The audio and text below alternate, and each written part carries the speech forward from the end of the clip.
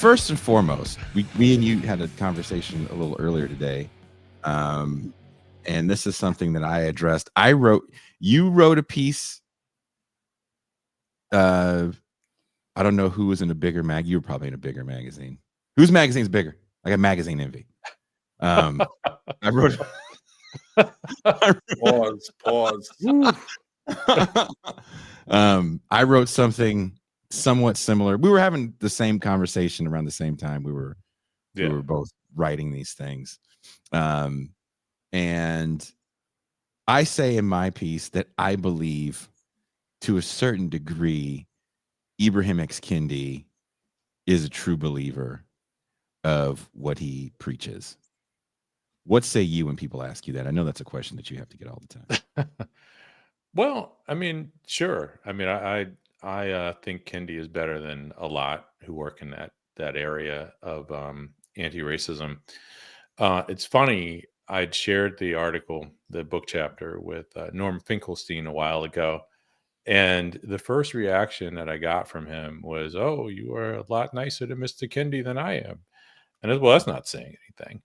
But but I think Kendi is a true believer. I mean, he's not someone who I would describe as insincere or anything like that. And there are elements of his analysis that I think are very reasonable, and others not so much. And I guess fundamentally, where I think Kendi is Kingdom is a real thing. Kendi's kingdom. There it is. And we're all living in it.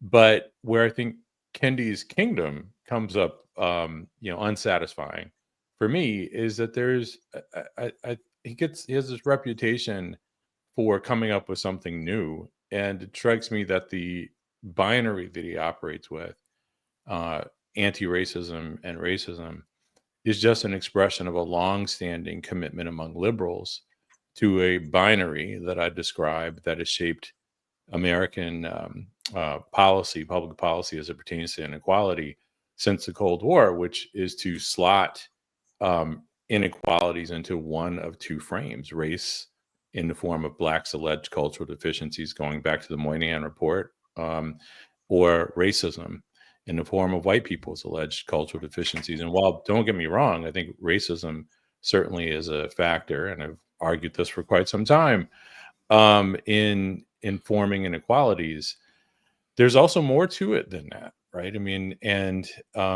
as though I will again reiterate that I think the racism half of the binary is more satisfying in many ways than the race half of the binary, which I don't find satisfying, to be honest. If these are the only two frames with which we have to make sense of inequalities, then we're left with a lot of problems.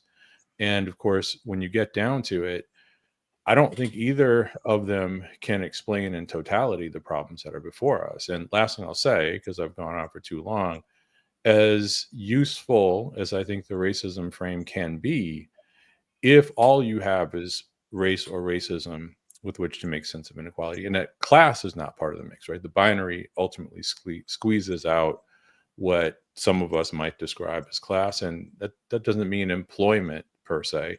That means material power when I say class. But if all we have is this racism binary, then class gets squeezed out of the equation.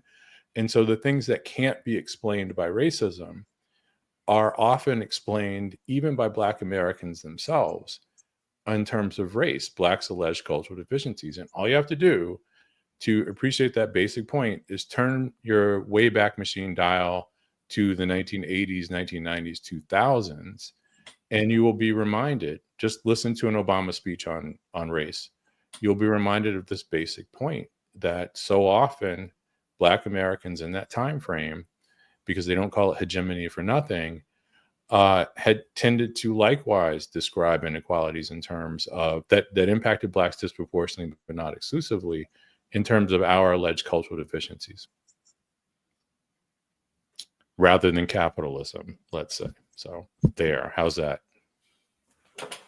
I'd like to really let you know that even you have become more generous than myself in terms of the race versus racism binary, only because I realized that it's not even effective to mention class, because what happens is that when you mention class to a lot of black folk who are at least in the interest of wanting to do good, they miss they think it's you're telling them that they have to go out and do some kind of you know l- holding hands with white poor people in Appalachia to try to get what they want accomplished. And not that you wouldn't want them to do that, but the thing is, though, in the purposes of the analysis, what we're trying to say is that the political economy of capitalism overall has more to do and has always had more to do with the condition of black people in America than anything per se that is simply race or racism. Because the whole functionality of black people in America starts with their utility in buttressing capitalism. And one of the problems that I've always had is that the people who look at race ontologically, which is a fancy word to say they think race and racism is like earth science, fundamentally do not understand that race or racism, either one, have always been part of American political economy. And I'd like you to take me off the ledge of me just wanting to throw away all of this racism talk. I actually did a show on the Mama Hour one time and said, is it capitalism or racism? I said, Mhm. most of it is capitalism. And racism is just a sui sponte explanation of people's attitudes that come from capitalism's need to exploit race. But Pascal, remember when you worked at a nice place and a white person said you spoke so well? Wasn't that didn't that ruin your day? And your check came up a little lighter when that happened? And no, that didn't happen. No.